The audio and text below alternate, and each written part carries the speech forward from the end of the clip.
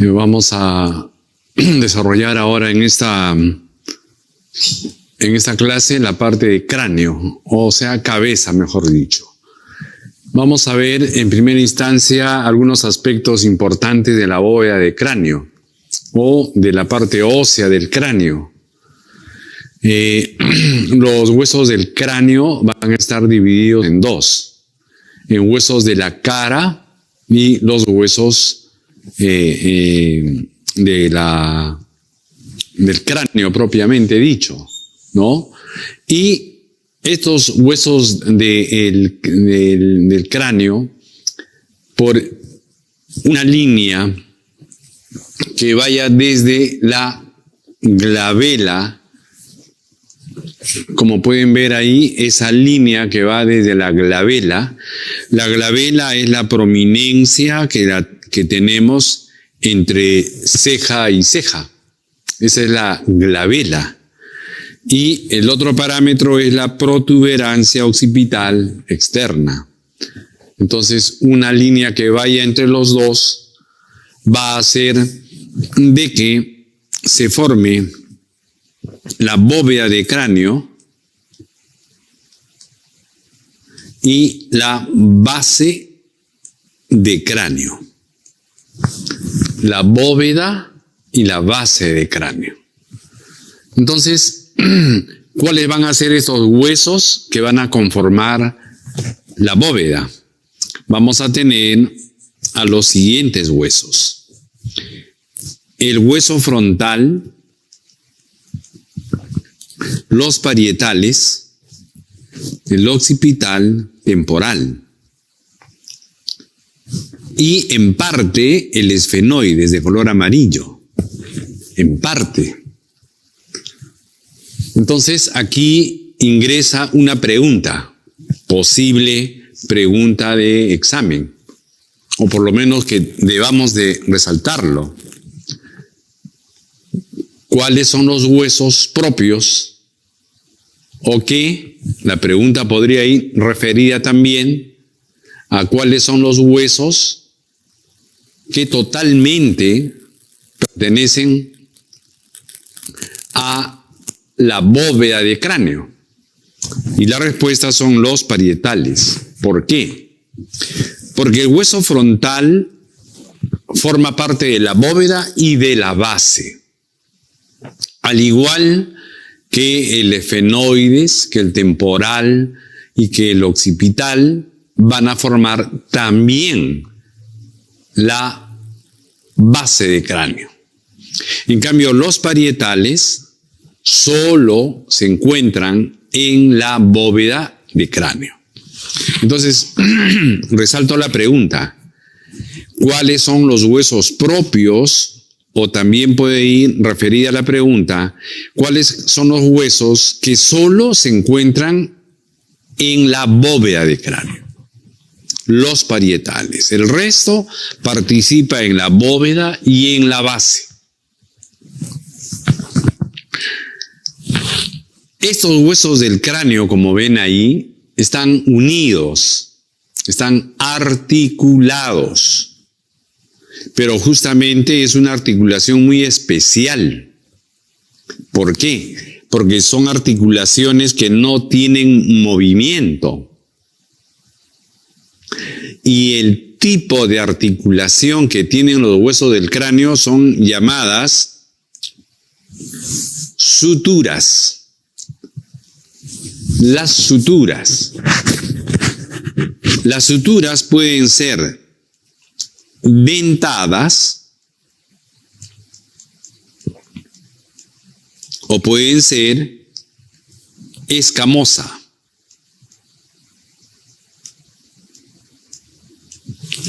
Dentada o escamosa. Dentada debido a que los bordes de los huesos de la bóveda tienen esta característica. Y la escamosa se caracteriza porque no tienen estos dientes. Es más definido. Entonces, ¿cuáles son las suturas más importantes a nivel de la bóveda del cráneo? La articulación frontoparietal. Esta articulación frontoparietal es la sutura coronal, que es la sutura dentada. Luego tenemos la otra sutura que también es dentada, la sagital o biparietal. Miren acá. Sagital o biparietal. Lo borro para que puedan ver la característica de ser una sutura dentada. Y la otra, que es la parieto occipital,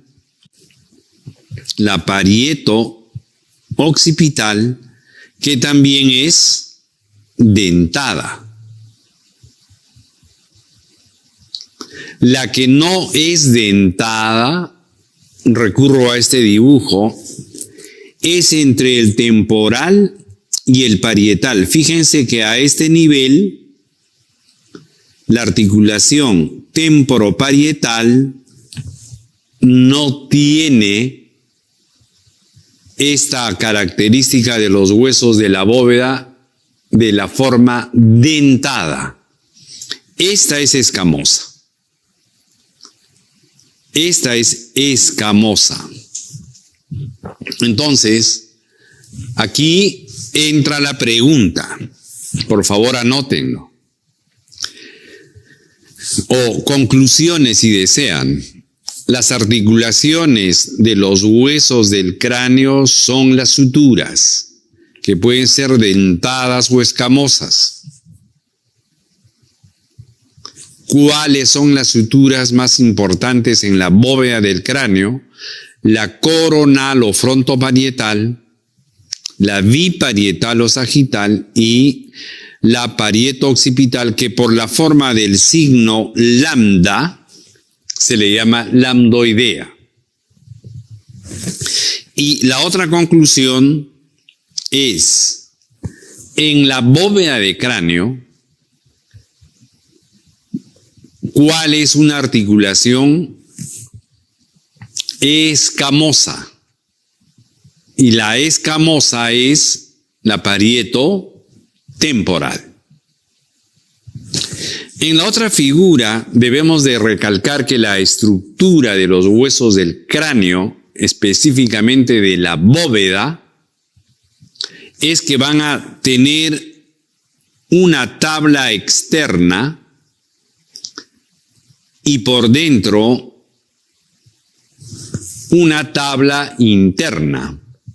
Si lo remarcamos acá, como que un poco grueso el lápiz, las dos tablas son hueso compacto y entre los dos está esa característica porosa que caracteriza al hueso esponjoso y se llama el diploe. El diploe es hueso esponjoso. Es hueso esponjoso. ¿Cuál es la relevancia de las tablas? ¿Qué es hueso compacto? Cuando un paciente presente un trauma cráneoencefálico, se cayó del segundo piso y tiene una fractura de un hueso de la bóveda del cráneo, lo primero que se va a fracturar es la tabla interna. Es lo primero, ¿por qué? Porque tiene mayor curvatura que la tabla externa. Mayor curvatura. De tal manera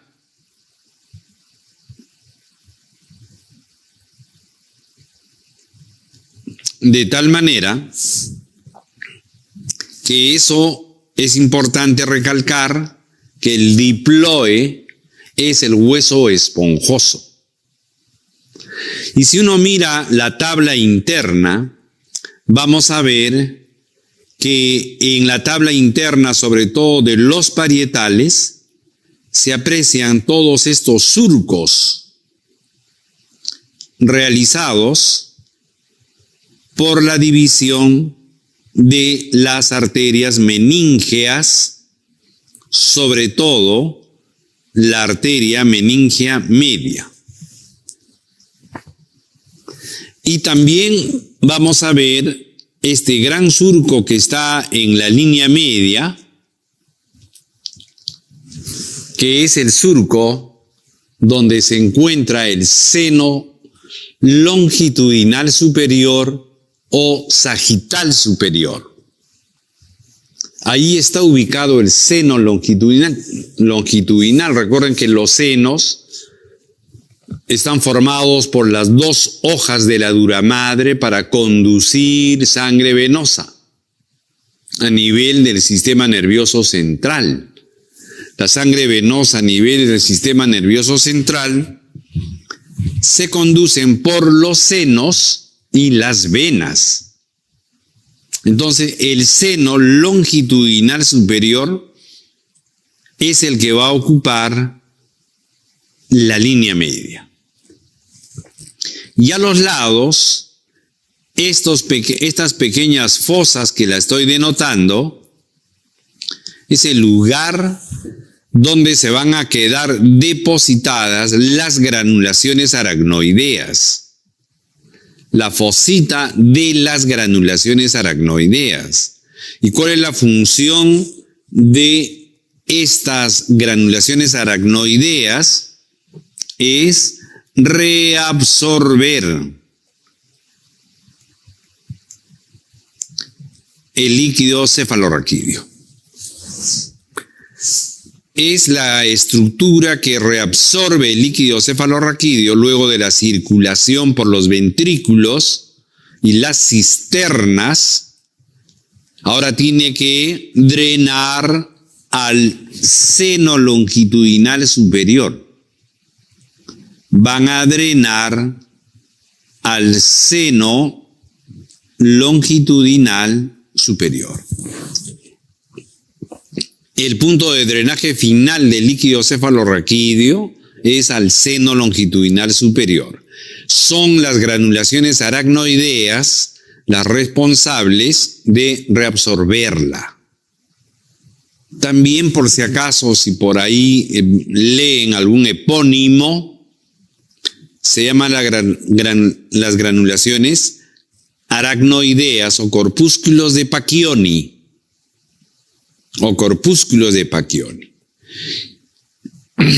Quienes producen el líquido cefalorraquídeo son los plexos coroideos, que están en los ventrículos, en las cisternas, sobre todo en los ventrículos. Como ven, doctores, hasta aquí ya estamos precisando y planteando algunas preguntas y estamos dando la respuesta. Este es el seno longitudinal superior, el seno sagital superior. Este es el seno sagital inferior o longitudinal inferior, que van a terminar drenando en esta estructura que es dependiente de la dura madre y que se llama la zona de confluencia de los senos. De confluencia de los senos. Por ejemplo, ¿no? Le doy un dato preciso acá. Esto es el seno recto. Ese es el seno recto. Entonces, con respecto al seno recto, ¿cómo se forma el seno recto? ¿Cómo se forma? Es la unión del seno longitudinal inferior más la vena de Galeno. Lo voy a pintar de celeste. Esta es la vena de Galeno y este es el seno longitudinal inferior. La vena de Galeno se forma de las venas cerebrales internas. ¿Y qué forma? El seno recto. Este es el seno recto. ¿Cómo se forma el seno recto? La unión del seno longitudinal inferior más la vena de Galeno. Forman el seno recto. ¿Y dónde termina el seno recto? En la zona de la confluencia de los senos. Pero encontremos la razón del por qué les estoy diciendo esto. Ya en el cuello hemos hablado de la vena yugular interna y dijimos de que la vena yugular interna era la vena que recoge la sangre venosa de todo el endocráneo, de todo el sistema drenaje venoso, de todo el sistema venoso central. ¿Y de dónde viene la vena yugular interna? Miren, de este punto que es la confluencia de los senos, sale el seno transverso. El seno transverso después se forma en seno sigmoideo. El seno sigmoideo es el que va a cruzar el agujero yugular o rasgado posterior para conformar, luego de que atraviese este agujero, la vena yugular interna. Si hiciéramos la secuencia desde la zona de la confluencia de los senos,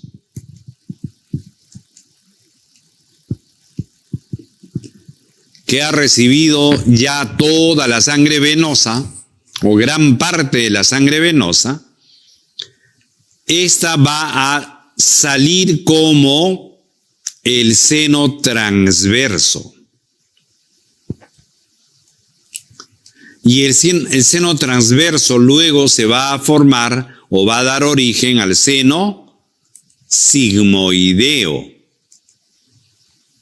Y el seno sigmoideo, cuando cruce el agujero rasgado posterior o yugular, se va a convertir en la vena yugular interna. Es como esta sangre venosa del endocráneo al final saldrá en la vena yugular interna. Acá también podemos volver a ver que la arteria meningia media, en realidad hay 5 tipos de arterias meningeas, 5, pero la más importante es la meningia media. Y esta arteria meningia media da una rama anterior y una rama posterior. ¿Cuál es el reparo anatómico que tienen los neurocirujanos para ubicar a la arteria meningia media de manera externa? Es la ubicación de este punto craniométrico que se llama el terion, que es la referencia externa para decir dónde está ubicada la arteria meningia media.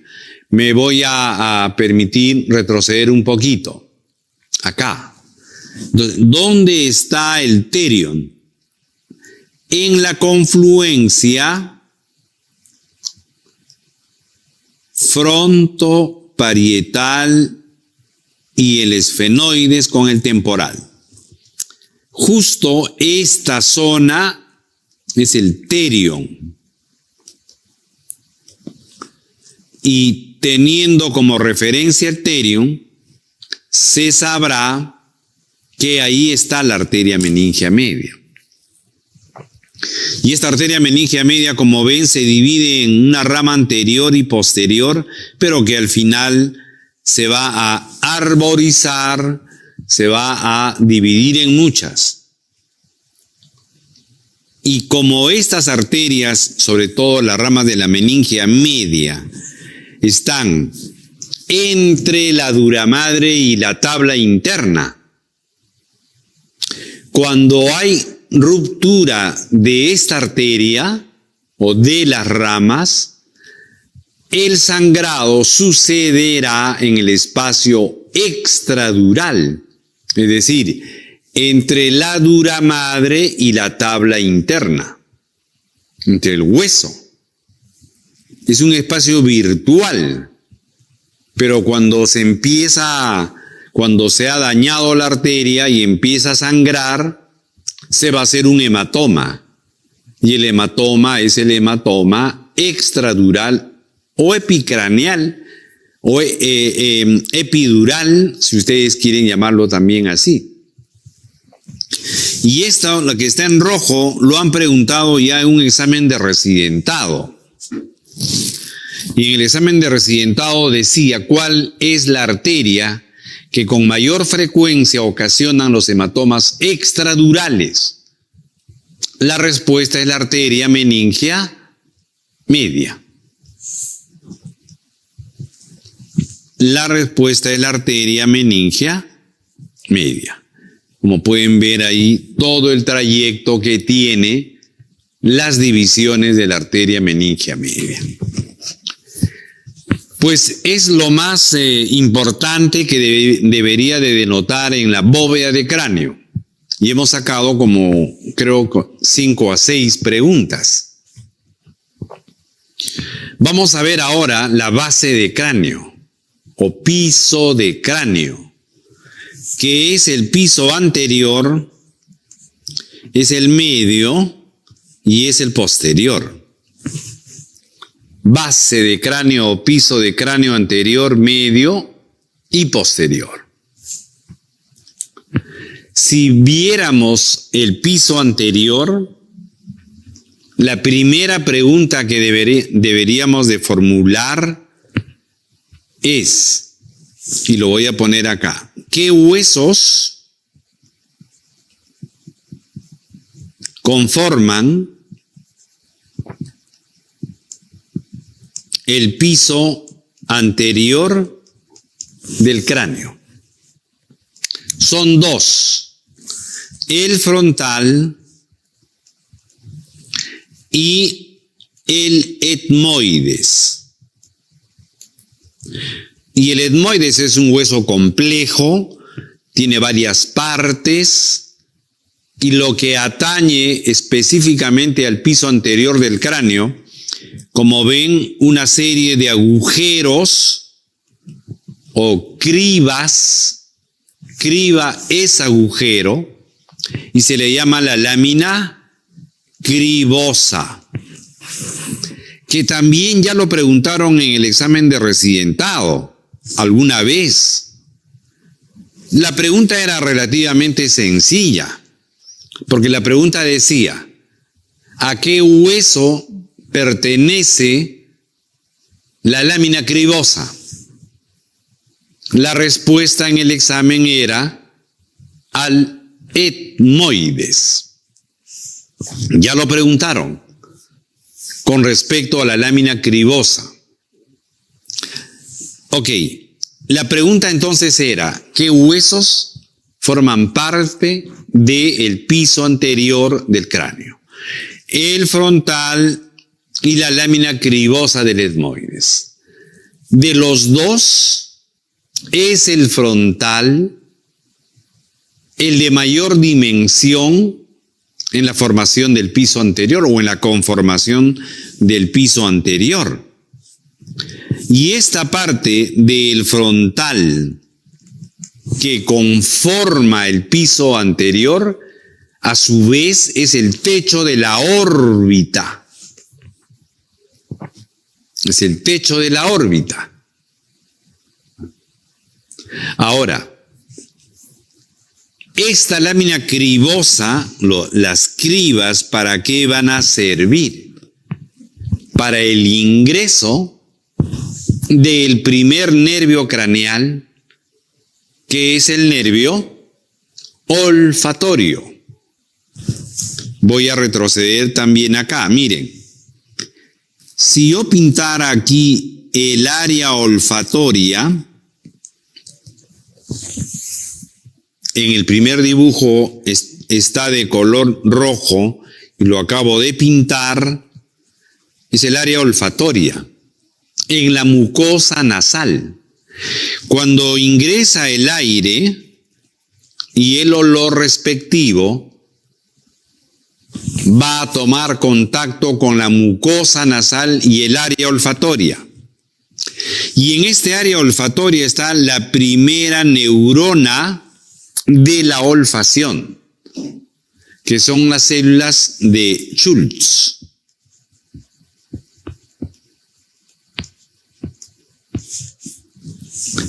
Las células de Schultz son neuronas que se encuentran ubicadas en el área olfatoria, que es la primera neurona receptora de la olfacción.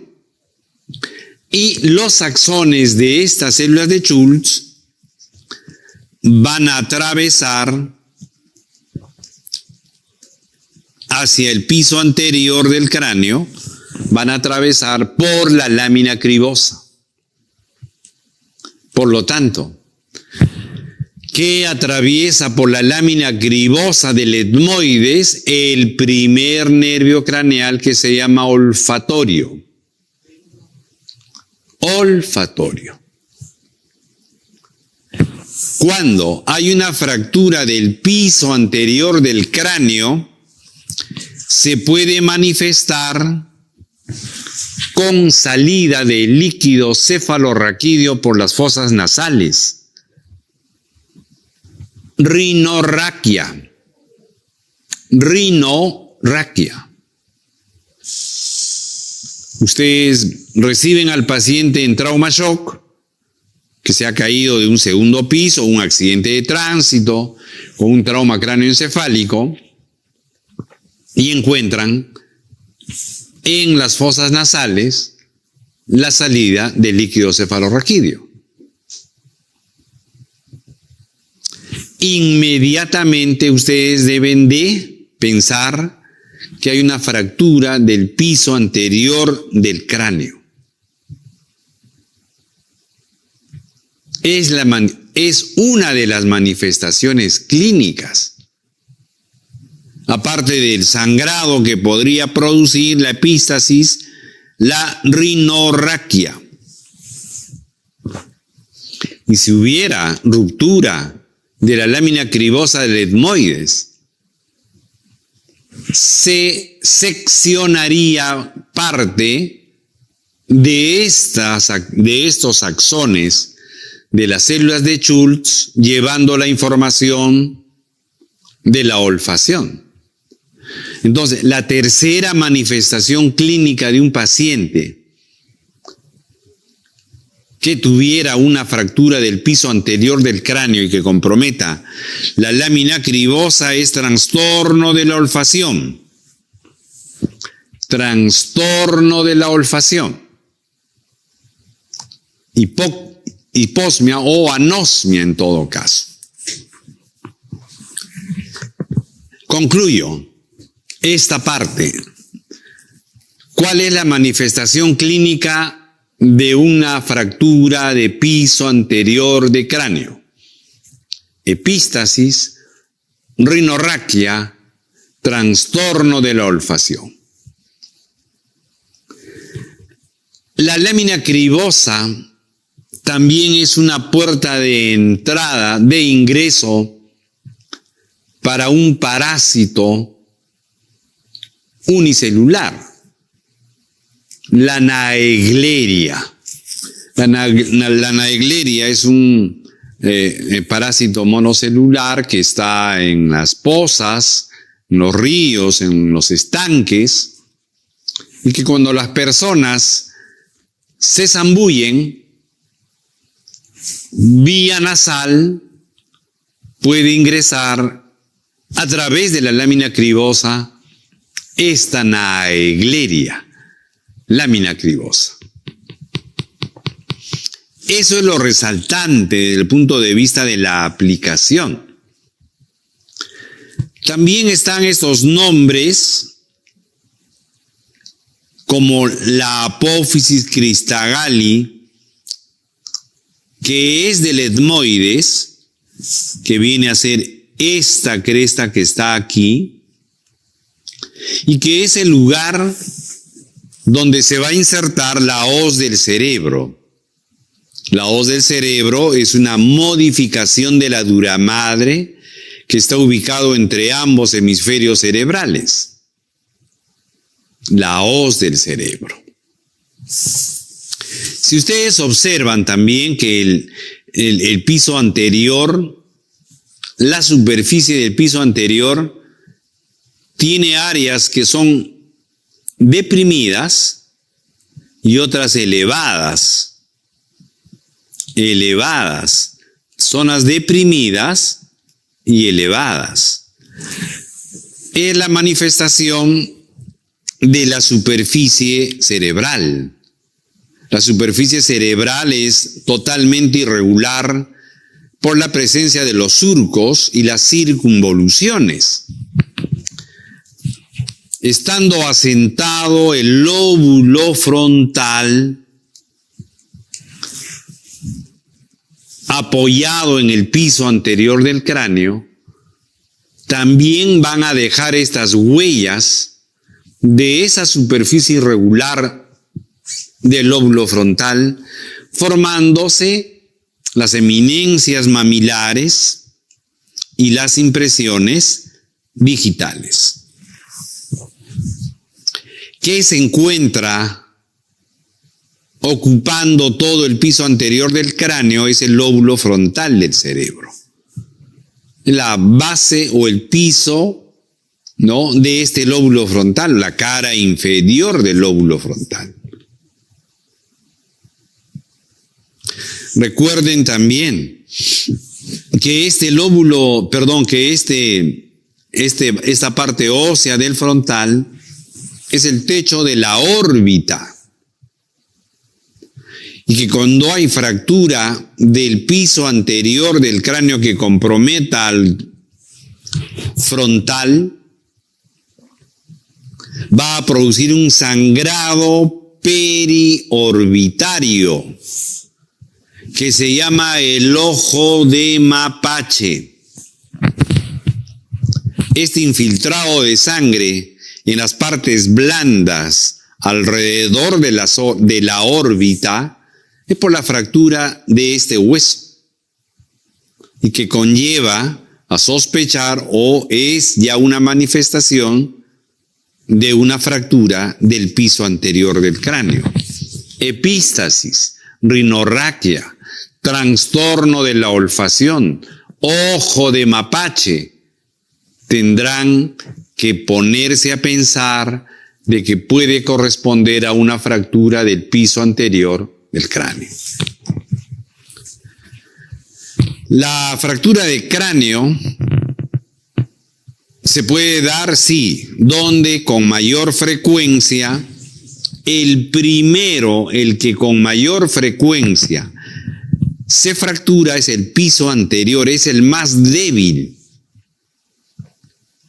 En segundo lugar, este es el piso anterior.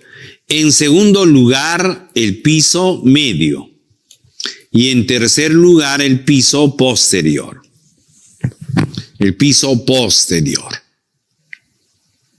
Entonces, de lejos, el piso anterior es el que se fractura con mayor frecuencia. Y también quiero dejar bien claro acá, el único nervio craneal en el piso anterior es el primer nervio craneal olfatorio. No hay más. No hay otro nervio craneal en el piso anterior que el olfatorio. Piso medio. En la misma secuencia, la pregunta sería: ¿Cuáles son los huesos que pertenecen al piso medio? Y vamos a decir esencialmente el esfenoides. Todo esto es el esfenoides de color amarillo. El esfenoides. El hueso más importante que conforma el piso medio es el esfenoides. Y el segundo hueso es el temporal. ¿Qué parte del temporal? El peñasco o porción petrosa y la porción escamosa del temporal. Dos huesos que conforman el piso medio, totalmente el esfenoides, totalmente. Y el temporal, ¿qué parte del temporal? La porción escamosa y el peñasco, o la porción petrosa del temporal. Entonces, vamos a describir qué hay en el piso medio. Miren, en el piso medio, lo primero que vamos a describir es este agujero. Creo que lo voy a poner de otro color porque no se ve bien. Negro.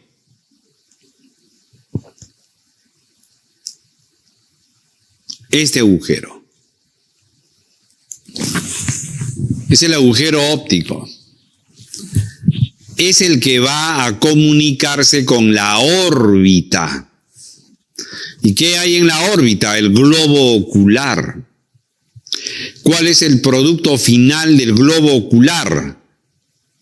Una vez de que el globo ocular captó la imagen, la procesó, pasó por una serie de estructuras y al final es recepcionado por la retina, y de la retina saldrá el nervio óptico, llevando la información visual al lóbulo occipital del cerebro. La discriminación de la forma y los colores no se da en el ojo, se da en el lóbulo occipital del cerebro, a la altura de la cisura calcarina, que es donde realmente es el centro de la visión. Entonces, el ingreso del nervio óptico desde la órbita y junto a este nervio óptico, la arteria oftálmica, que es rama de la carótida interna, la arteria oftálmica. La carótida interna genera esta arteria, ingresa por el agujero óptico para meterse a la órbita y dar 11 ramas dentro del ojo. Agujero óptico. Es del esfenoides. Recalcamos, el agujero óptico es del esfenoides. Es uno de los tantos agujeros que tiene el esfenoides. La otra estructura a resaltar, miren, estoy pintando de negro el ala menor del esfenoides y el ala mayor del esfenoides. Entre ala menor y ala mayor, lo pinto de negro, es la hendidura esfenoidal o fisura orbitaria superior. O fisura orbitaria superior. Entre el ala menor y el ala mayor hay ese espacio.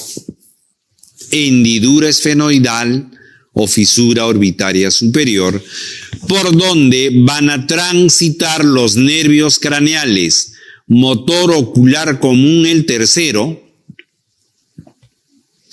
el nervio patético, el cuarto nervio craneal, el quinto uno, que es el nervio oftálmico, el sexto nervio craneal, el motor ocular externo y la vena oftálmica superior.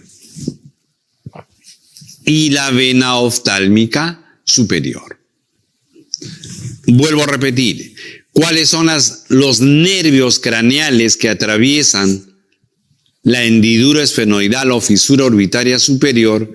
El tercero, motor ocular común; el cuarto, patético o nervio troclear; el quinto uno, el nervio oftálmico; el sexto, el motor ocular externo. ¿Qué cosa es el síndrome de Tolosa-Hunt?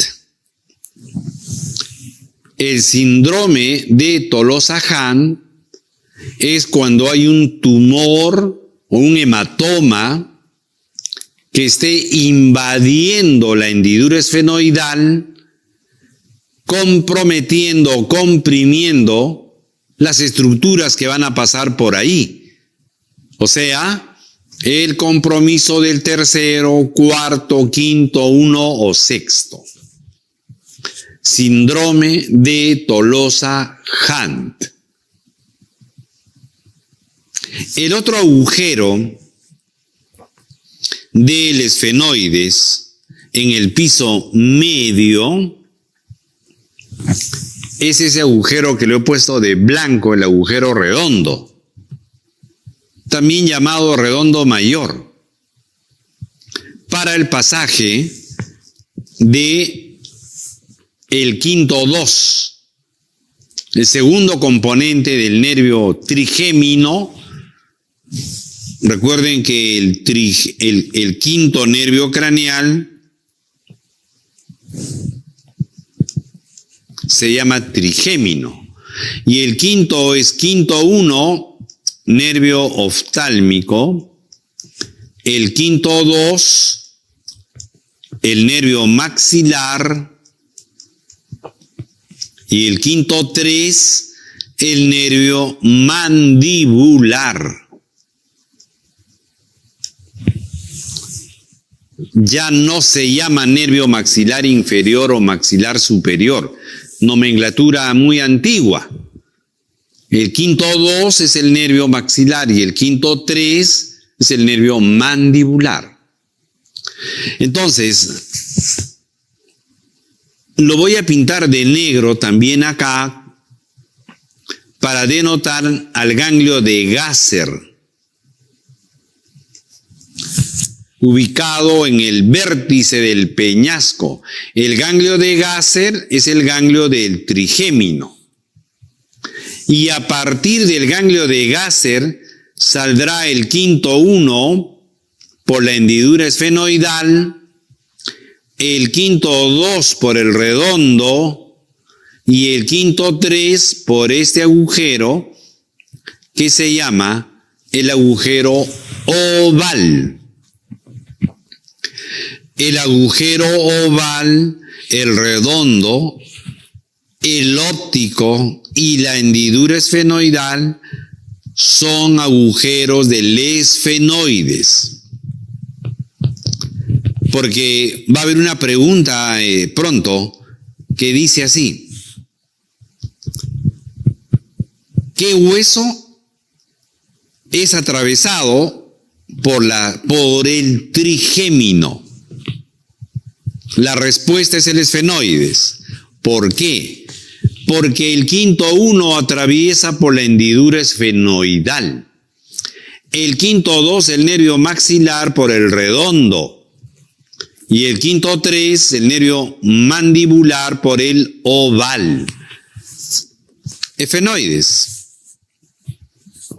Esfenoides. ¿Ok? Esfenoides.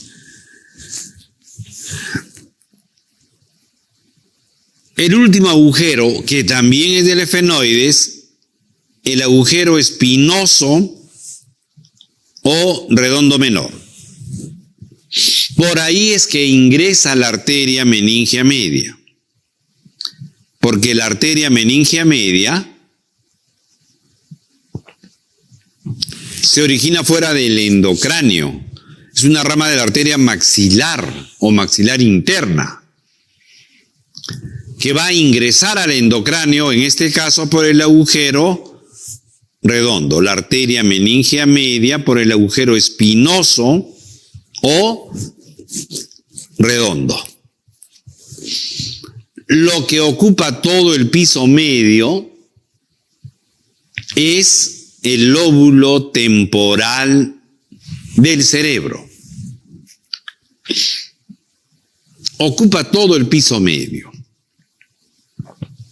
¿Qué más podemos sacar de esta zona? El agujero rasgado anterior, por donde va a cruzar la arteria carótida interna. Ya les mencioné que en el vértice del peñasco, acá, y lo había puesto de negro, y lo voy a volver a pintar, estaba el ganglio de Gasser,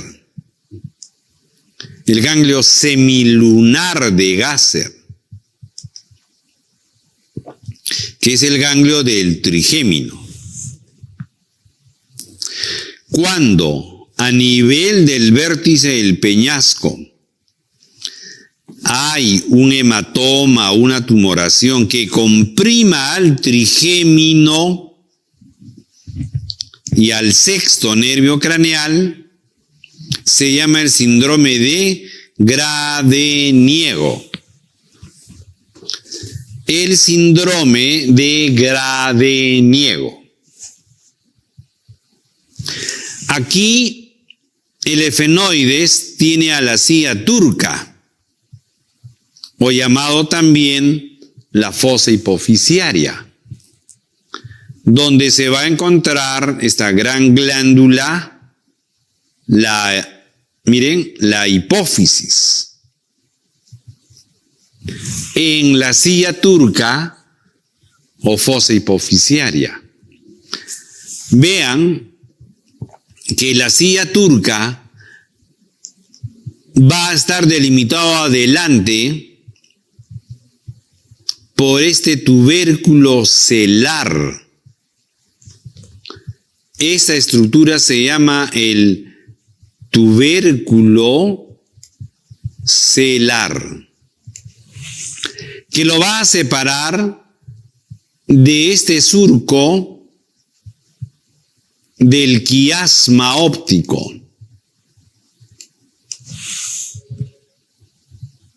Este es el quiasma óptico, o el surco donde está el quiasma. ¿A qué me refiero?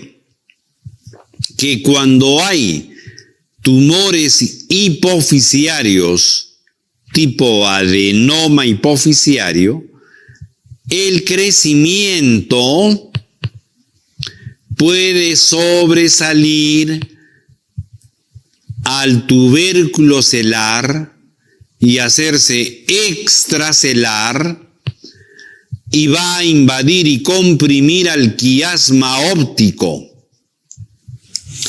que muchas veces es la manera como se diagnostica este tumor hipofisiario, porque va a haber un trastorno visual al ser comprimido el quiasma óptico, dando una hemianopsia bitemporal. Va al oftalmólogo porque no puede mirar bien, y el oftalmólogo, con buen criterio, dice que lo vea el neurólogo o el neurocirujano. Radiografía o una tomografía o una resonancia, y se encuentra un gran tumor hipofisiario que ha salido de su lugar y está comprimiendo el quiasma óptico. Se ha hecho el tumor extracelar, hemianopsia bitemporal. Entonces, esa es la parte aplicativa de la silla turca, donde está la hipófisis. Delante está el quiasma óptico, que los adenomas hipofisiarios pueden crecer tanto que pueden comprimir al quiasma óptico. ¿Ok? La fractura del piso medio se puede manifestar clínicamente con sangrado por el oído, otorragia, o salida de líquido cefalorraquídeo, otorraquia. ¿Por qué? Porque el peñasco a este nivel es el techo del oído medio o de la caja timpánica. En esta zona, el hueso temporal conforma el techo del oído medio o caja timpánica. Una fractura a este nivel va a ocasionar sangrado que ocupará todo el oído medio, con ruptura de la membrana timpánica y la salida de sangre por el oído o líquido cefalorraquídeo. Estas dos son manifestaciones de la fractura del piso medio. La fractura del piso medio. Solo para reforzar lo siguiente, este es el ganglio semilunar de Gasser. Ese es el ganglio semilunar de Gasser. Miren, de donde sale ya el quinto 1 por la hendidura efenoidal, el quinto 2 por el agujero oval, por el agujero redondo, y el quinto 3 por el oval.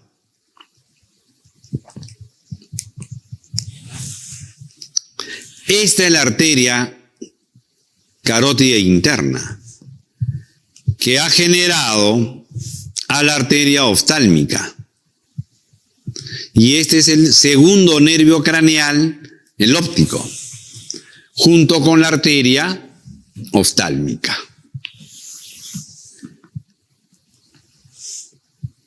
Alrededor de la hipófisis, rodeando la hipófisis, está el seno cavernoso. Y este seno cavernoso será atravesado por la carótida interna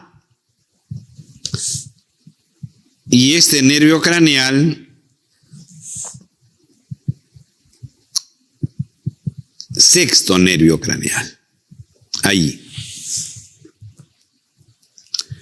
En la parte lateral de este seno cavernoso, en la parte lateral, vamos a ver el trayecto del tercer nervio craneal, del cuarto nervio craneal, del quinto 1 nervio oftálmico y del quinto 2 nervio maxilar. Nervio maxilar. Entonces la pregunta acá es sola. Cuando un paciente tiene trombosis del seno cavernoso, ¿cuál es el nervio craneal que se compromete con mayor frecuencia? La respuesta es el sexto nervio craneal. El sexto nervio craneal, que es el motor ocular externo. O sexto nervio craneal, o el nervio abducen. Entonces, ¿qué nervio se puede lesionar o se puede comprometer cuando hay una trombosis del seno cavernoso? Es el sexto, a la cabeza. Y en las alternativas podrían poner otras: el tercero, el cuarto, el quinto 1 o el quinto 2. Piso posterior. En el piso posterior, igual, la pregunta es: ¿qué huesos participan? Esencialmente es el occipital. Es el occipital, donde vamos a tener al conducto auditivo, este de acá,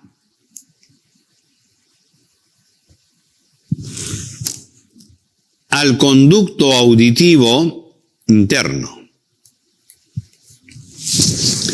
¿Qué estructuras van a cruzar el conducto auditivo interno? El facial, séptimo nervio craneal, el séptimo bis, el intermediario de Reisberg,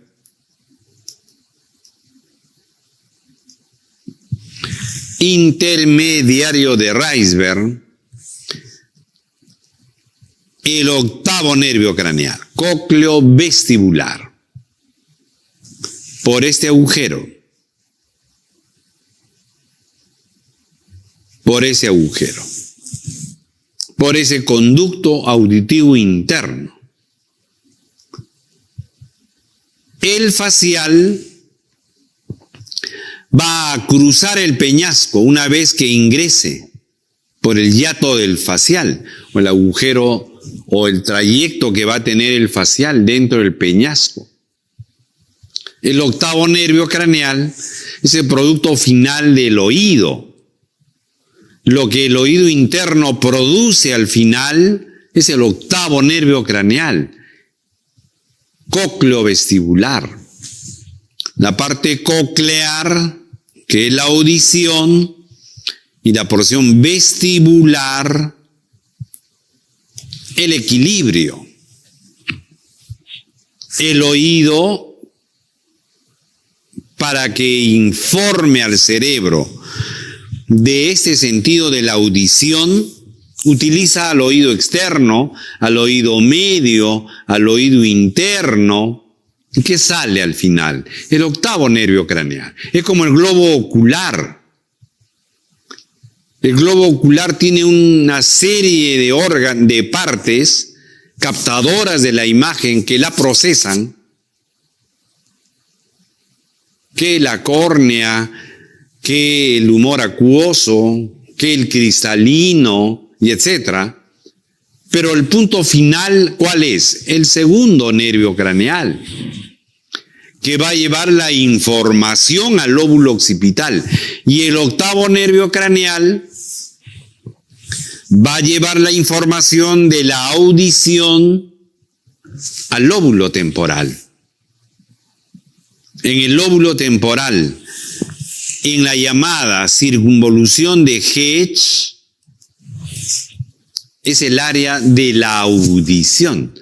Por lo tanto, dentro del peñasco está el oído interno.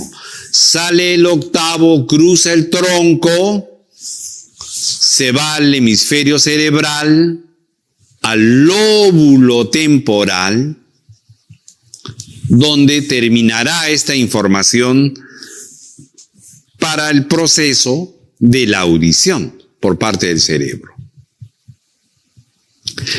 Muy bien. Luego tenemos otro agujero que lo voy a pintar de negro.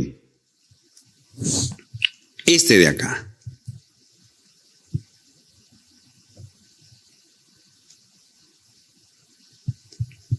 Este es el agujero rasgado posterior o yugular. Ya me han escuchado hablar de este agujero en algún momento. ¿Qué pasa? ¿Qué atraviesa el agujero rasgado posterior o yugular? Acá les dejo la regla mnemotécnica.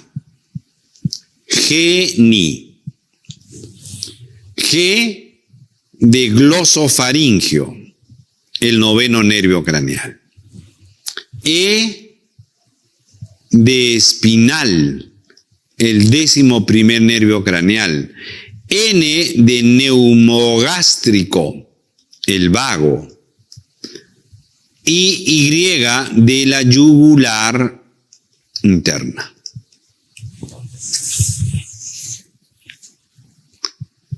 ¿Y qué cosa es el síndrome de Vernet?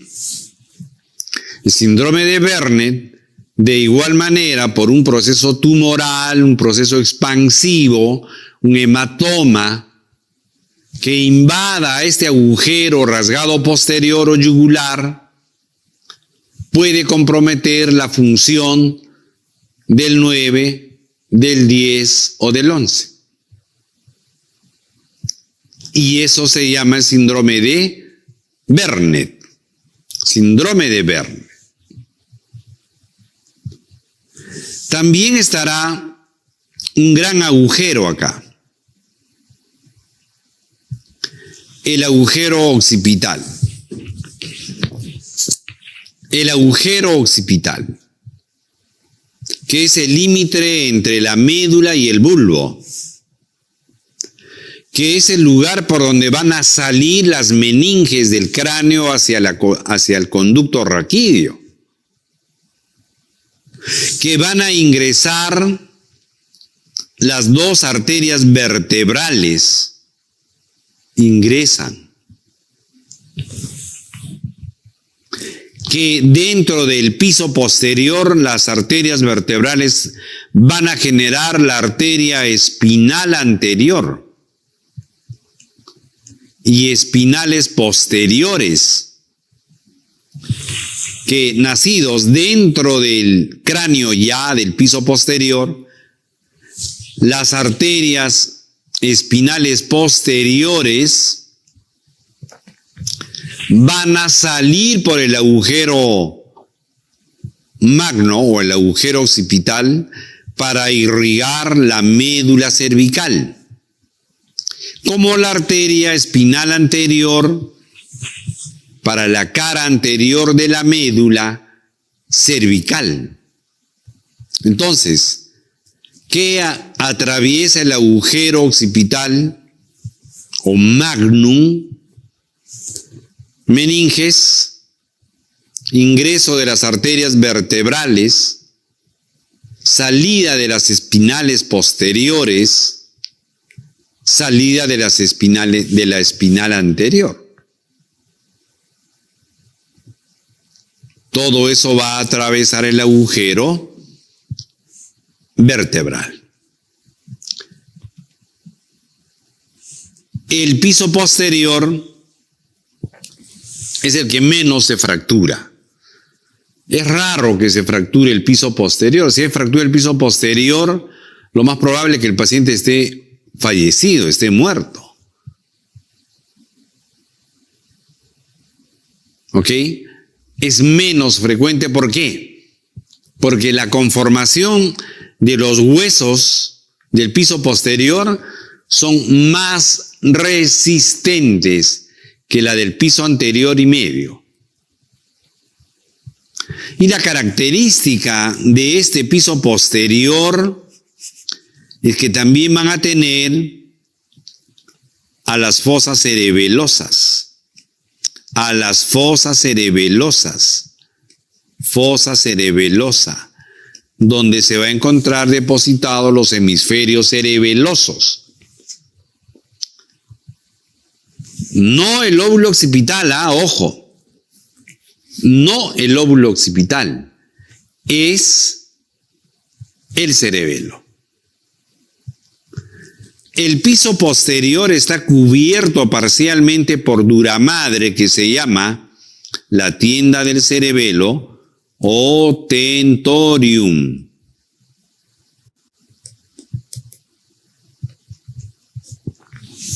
O el tentorio. La duramadre llega un momento en que se transforma y tiene una proyección horizontal. cubriendo así parcialmente el piso posterior del cráneo. Solamente a este nivel voy a mencionar algunos nombres porque en el examen de residentado preguntaron la lámina cribosa a qué hueso pertenecía. Todo el mundo sabe que es al etmoides, pero también les quiero ampliar las posibilidades. La apófisis mastoides y la apófisis estiloides pertenecen al hueso temporal. O sea, hueso temporal tiene a las apófisis o procesos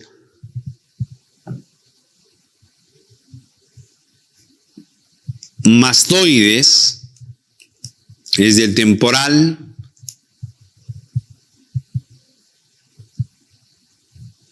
esta apófisis estiloides es del temporal, y en la apófisis estiloides se insertan 3 músculos llamados estíleos o ramillete de riolano. Se origina el estilo faringio, se origina el músculo estilo ioideo, estilo faringio, van a conformar lo que se llama el ramillete de riolano y el estilogloso al final. Quienes conforman el ramillete de riolano, o llamados también a estos 3, los músculos estíleos. La apófisis mastoides, cuando hay un paciente con contusión intensa o una fractura del piso medio, podría haber el signo de Battle. Y el signo de Battle es la equimosis alrededor de la apófisis mastoides. Cuando vean ustedes el signo de Battle, supongan probable fractura del piso medio. Fractura del piso medio. Los huesos del cráneo en el momento del nacimiento todavía no han terminado de osificarse. Todavía.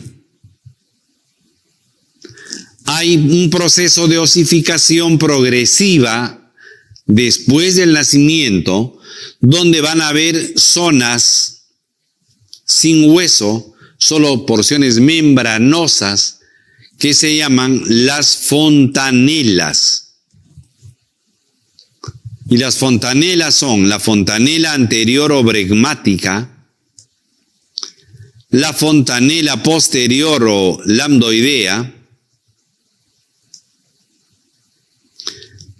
las fontanela térica y la astérica. Estas 4 fontanelas son las más comunes. ¿Qué me podrían preguntar de esto? Dirán ustedes. Que la fontanela que se osifica, ustedes a un niño de 1 año le pueden palpar en la zona frontoparietal una ligera depresión, más aún a menor edad, ¿no? Lo que comúnmente le llaman la mollera, pero es la fontanela anterior. Ojo, pregunta de examen. Se osifica a los 18 meses. O sea, a un niño de 2 años ya usted no va a encontrar fontanela. Se terminó la osificación. Ya le va a encontrar parte ósea. Ya se terminó la osificación. En el tiempo prudencial, donde los huesos de la bóveda de cráneo y del cráneo en general han crecido, el cerebro ha crecido y ahora ya van a terminar de osificarse estos huesos. Fontanelas. ¿Cuál es la fontanela que se cierra al final de todas? La bregmática o anterior a los 18 meses. Porque la posterior o lambdoidea, que viene a ser esta de acá, a los 2 meses. La térica a los 2 o 3 meses. Y la astérica al año. Y es el momento de decir qué cosa es la sutura metópica. ¿Qué es la sutura metópica? Miren, en la etapa fetal, el frontal no es un solo hueso, son 2. Ahí está la zona del frontal izquierdo y el frontal derecho. Que cuando se osifique, dejará esta sutura, que se llama la sutura metópica. No es fontanela. Se encuentra en la línea media del frontal. En algunas personas es evidente la sutura metópica.